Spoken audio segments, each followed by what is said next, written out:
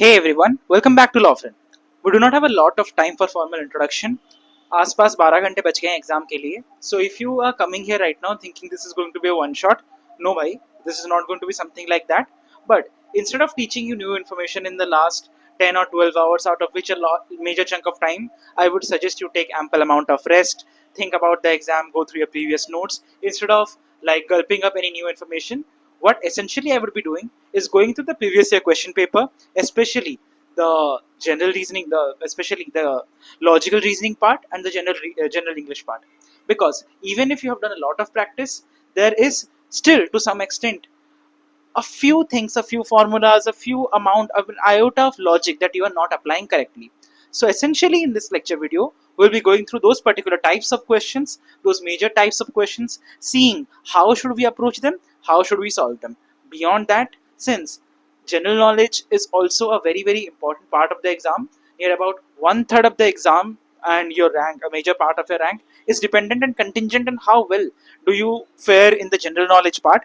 For that also, in the pinned comment section, you will find 15 most probable topics that will be coming in this year's exam, that must come in this year's exam, because उसके अलावा कुछ topics ऐसे है नहीं. तो by the time you are in the center, जा रहे हो, सुबह उठ के center तक जा रहे हो या फिर रात में भी सोने से पहले, just go through those topics, see whatever articles you can find on them, and yep, you're good to go. This should wholeheartedly prepare you for the exam on a very holistic basis. So without any further ado, let's start.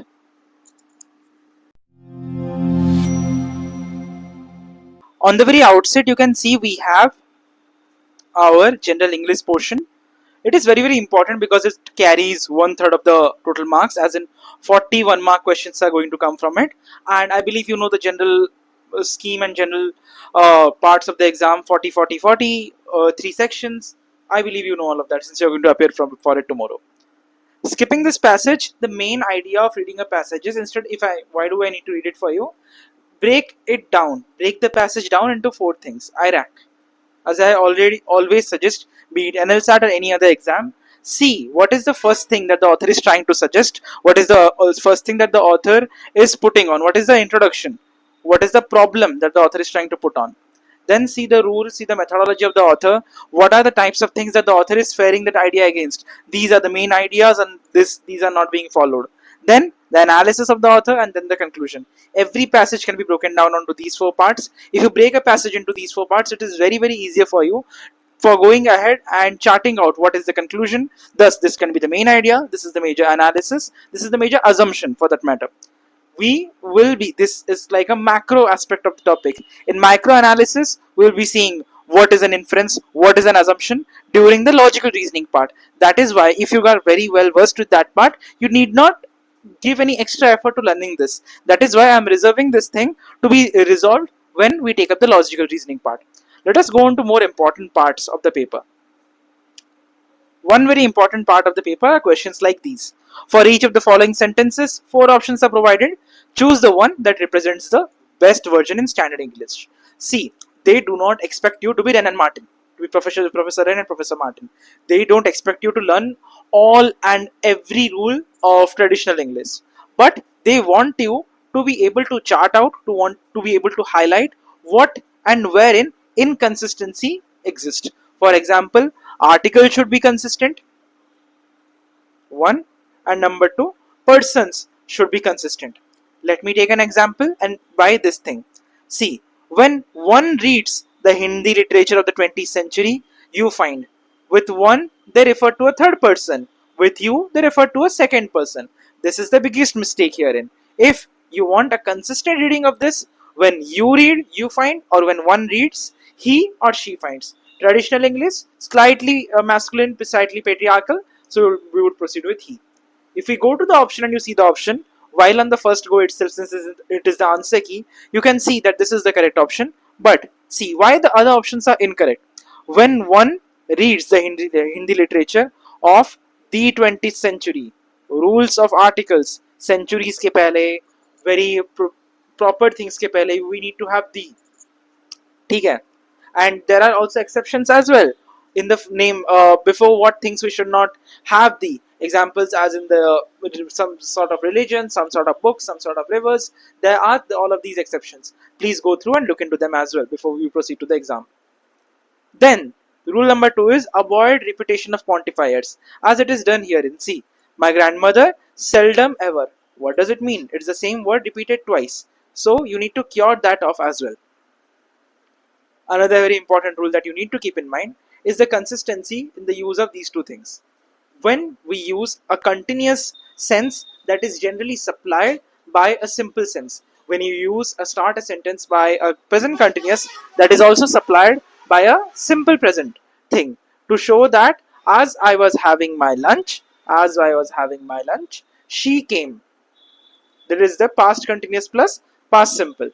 See, but if we cannot supply it with the past continuous, we need to supply it with something with is a phrase that denotes an action in progress. As we cross the street, as we were crossing the street, or as we crossed the street, or we were crossing the street when a bus almost crashed us, or as we crossed the street, the bus almost crashed us. For this is the basic rule of it. For a simple act, and to be in the present or past, to thrive, you need to have actually a consistent or a continuous background. That is the rule herein. Then there is a second kind of question that comes up in like general English. A part of the original sentence is underlined and you have to find the best way of writing that underlined part. What is the rule you need to follow? Differentiate between the use of since and from. It is very important. For example, when we talk about from, sorry, when we talk about since and from, since and for, my bad, since and for, when we talk about for or from, period, when we talk about since or from, we talk about a specific time in the past. The world today is totally different than we have seen in the last century. Than, how do you replace this than what we have seen? Than we have seen, it is just a repetition. From what we have seen, this is not actually accurate because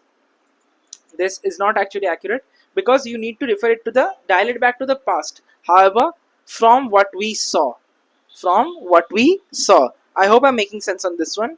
You need to have a starting point of this. It cannot be continuous. When it comes as continuous, it goes into the ambit of for. When there is a starting point, since 1992, from 1992, for 8 years. When we talk about what we have seen, we are talking about something in action, something in motion. That goes into the ambit of for. From a particular point in the past, that is since and from. That's how you do it. When we talk about best summary, very important thing. See, you are going to get 7 to 8, 6 to 7 questions on this best summary thing. So you need to be very careful while doing it. And it will generally start, it will go in the form of progression. First, they will give you normal things to summarize. Then they will slowly elevate it to tougher things. But no matter how tough it is, there is one very important thing that you need to understand. Do not go into inferences, just keep these 3 ideas here. Summary and inferencing are 2 very different things. That is where we make mistakes, because when they ask us about summary and we tend to make inferences, we tend to reach into conclusions that are not within the textual ambit of this. जो लिखा है उसी का shortened version चाहिए, क्या समझा है उससे वो नहीं. The idea should be consistent, the tone should be consistent, and the degree should be consistent. Herein, statutes, common laws are vague. This is an idea number 1, and must be interpreted before they can be applied. And must be interpreted. This is the idea number 2. Vagueness and interpretedness, these 2 things should be there. ठीक है, must be interpreted is a tone. ठीक है, must be interpreted is a tone, and they can be applied to novel cases is the degree. ठीक है. Let's go to the first option. Laws are very unclear, and so judges must make new laws for new cases. Laws are always unclear. Is this the degree? No, this degree was not mentioned. Cancelled. Judges must rewrite the laws completely. You can cancel these things by just judging them on the basis of the degrees, and thus you come to this. So idea should be consistent. Laws are unclear. First idea maintained. Judges must assign the meaning. Second idea, interpretation maintained. Then tone and degree maintained. This is how you find out the actual summarization. Let me take up another question. Let me take up this question. Incumbents have invoked legislative privileges to target that the people who are in power currently, incumbent forces in the legislative power, use the legislative privileges. What to do? To target political opponents and critiques. The target is the first idea. They have also been used as a method of disciplinary control in response of allegations of wrongdoing. Target, disciplinary control. Legislative privileges are a legitimate tool. When was this idea conveyed? This idea was not cancelled. This is the correct option. I'll come to it later. Courts have failed to adjudicate. Where do we talk about the courts here? And tell me. This is an inference that you get out of this. You may get out of this. You should not use it. Allegations of wrongdoings against lawmakers are often politically motivated. Again, where were we talking about this thing herein? Three things that you need to have. What are those three things? The idea should be there, the tone should be maintained, and the degree should be intact. Next, proceeding ahead. What are the other various types of questions? See, when they talk about these kind of questions, closest in the meaning to the capitalized word, you need to look into the etymology of words. Generally, these kind of words are very easy. Normative can be broken down into a norm, pre-existing social idea. Ative can be broken down in an action, or that is an action in the society. Okay, relating to an ideal standard, and prescribing how things should be, how things have been acting in the society. Normative, interpretation are very basic definitions. But where will you make the mistake herein? Be very, very careful in choosing the correct description. Understand that definitions do not have quantifiers in them. Wherever they talk about strict, always, or must, completely, herein it is little bit problematic. Until unless in the exceptional circumstances, as it might be, wherein the word is in itself in a superlative sense, till then you do not use words like this.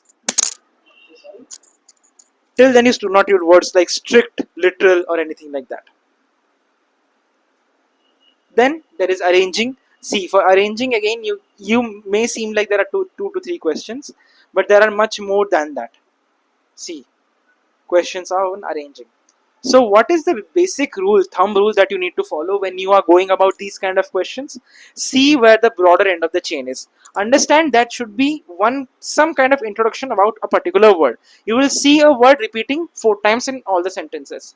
Your first duty is to see that in which sense the word, in which line the word is described in the most widest and broadest of the senses. That is the first line. Second line will be little bit funnel down structure. Third and fourth line will be very easy for you to understand. Third line will have some kind of quantifiers, will relate to the first two lines in some way, and without that a paragraph cannot coherently sound good. And the fourth line will be a conclusion. Generally an opinion piece is there in the fourth line. See, the first one is the really easy. Let us go on to the second one. I will not show you the answer. Okay. Such expression and our perception of it operate according to the same principles. Such. It is either the second, third, or fourth line, not the first line. Artists have been praised for the success in depicting accurately, unambiguously, the outward manifestations of emotions in the figures which the pictures displayed. Can be the first line. ठीक है. Emotions के बारे में. I believe these are the expressions that this line talks about, which will precede this line or succeed this line. My bad. Let's see the next line. The depiction or description of external emotional experience has been prominent feature of world's art. See, this will be the first line. Why? Wherein it talks about artist, it talks about the broader sense of world art, and particularly art produced with the traditional naturalism. Then it talks about artists that are praised for this particular thing. So that is why it can be C, B, then D is a person with delicate sense. Better qualified. This is an opinion. It will be the last. D. So first line C, then B, last is D, left with A. C, B, A, D. C, B, A, D.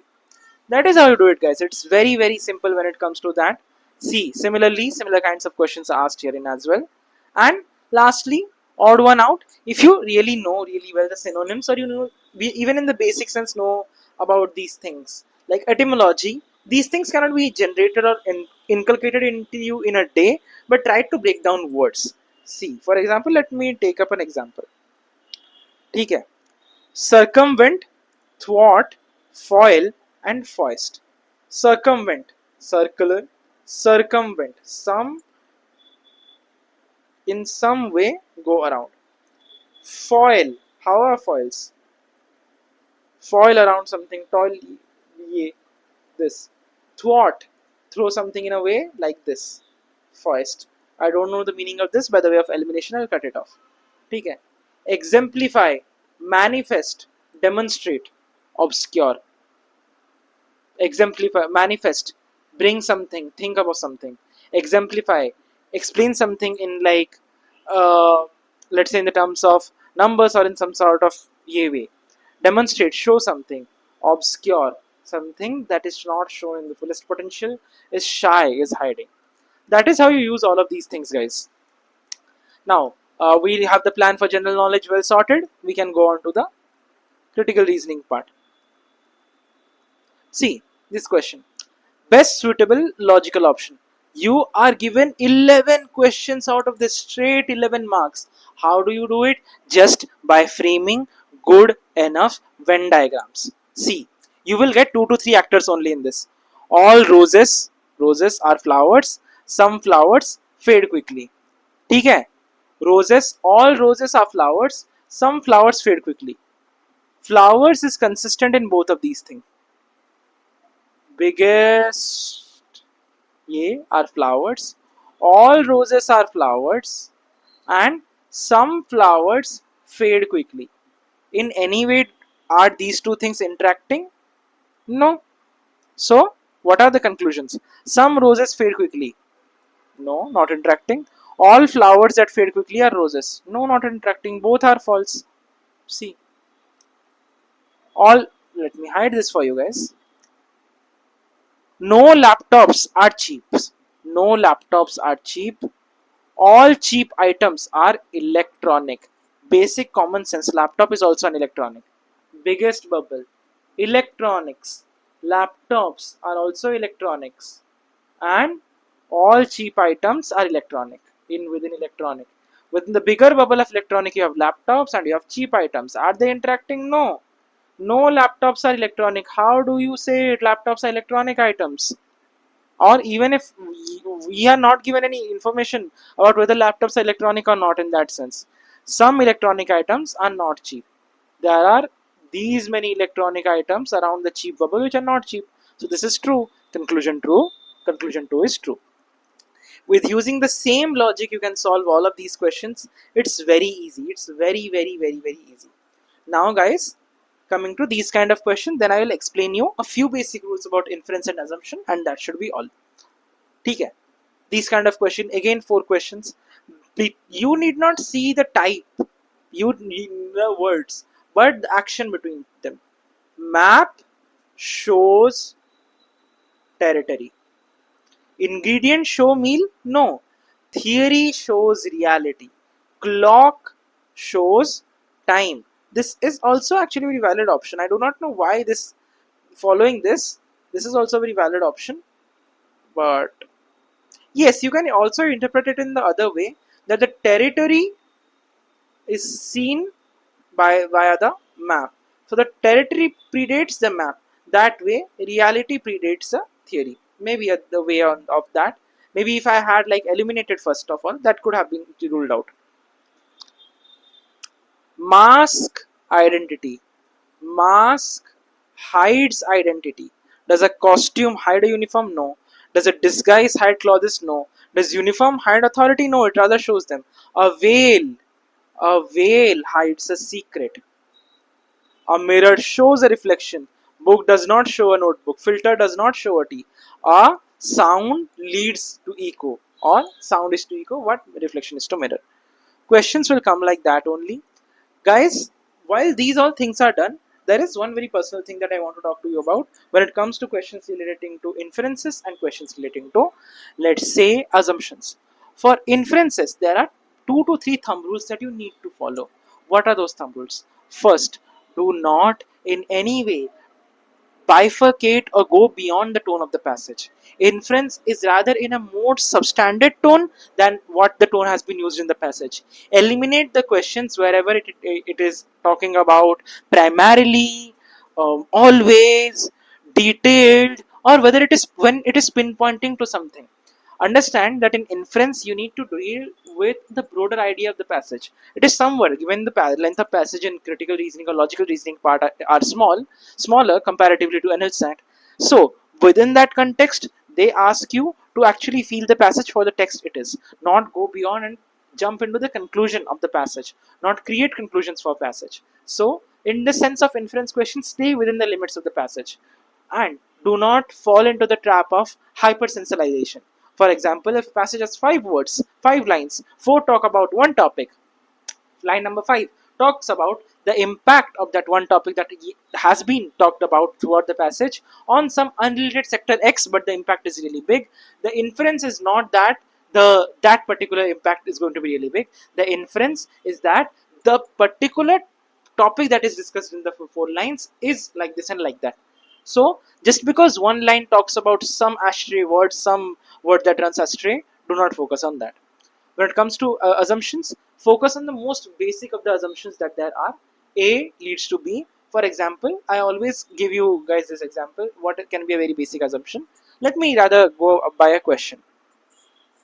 There are a few assumption questions, right? Okay, most weakens the conclusion. Let's see this. A company noticed that when it provided free snacks in the break room, employee productivity increased. The CEO concluded that free snacks cause higher productivity. Okay?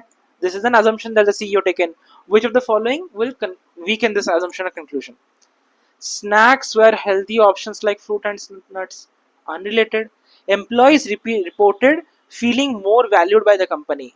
Weakens, always follow this. Weaken or strengthen. Weakens the conclusion. Study was conducted during a busy holiday season. Busy holiday season, how does that matter? Productivity also increased at branches without free snacks. Even when there were no free snacks in branches, still then productivity increased therein. This is like an actual empirical version of this. This makes us imagine things that okay, holiday season, so this is why people don't know. When the actual pinpointed thing has been said, focus on that. And with that, I believe, guys, we have done an extensive overview of this particular question paper. Any doubts, drop them at the comment section. I will be alert throughout the night. I'll be ready to solve them. And yes, please stay calm, have a good night's sleep. Go to the exam hall ample time before your exam. Carry 2 copies of your admit card with yourself, all the necessary documents, photographs, carry pen, paper, whatever is needed. A lot of things will be provided therein as well, but do your part of the deed really well. And with that said, guys, tomorrow you guys have your exam. Best of luck. Are you preparing for 3-year LLB entrance exams but feeling overwhelmed and unsure where to start? Do you struggle with finding the right resources, guidance and clarity, all in one place? Tired of institutions selling just mock tests or rebranding old materials meant for other exams and charging a fortune for it? Introducing Lawfren, your one-stop solution for 3-year LLB entrance exams. Lawfren brings you cutting-edge tools to supercharge your preparation. With our exams portal, you can participate in live All India tests and instantly see your rank, giving you real-time insights into your performance. Practice questions on individual topics, sharpen your skills, and get exam ready with confidence. Lawfren, aim to be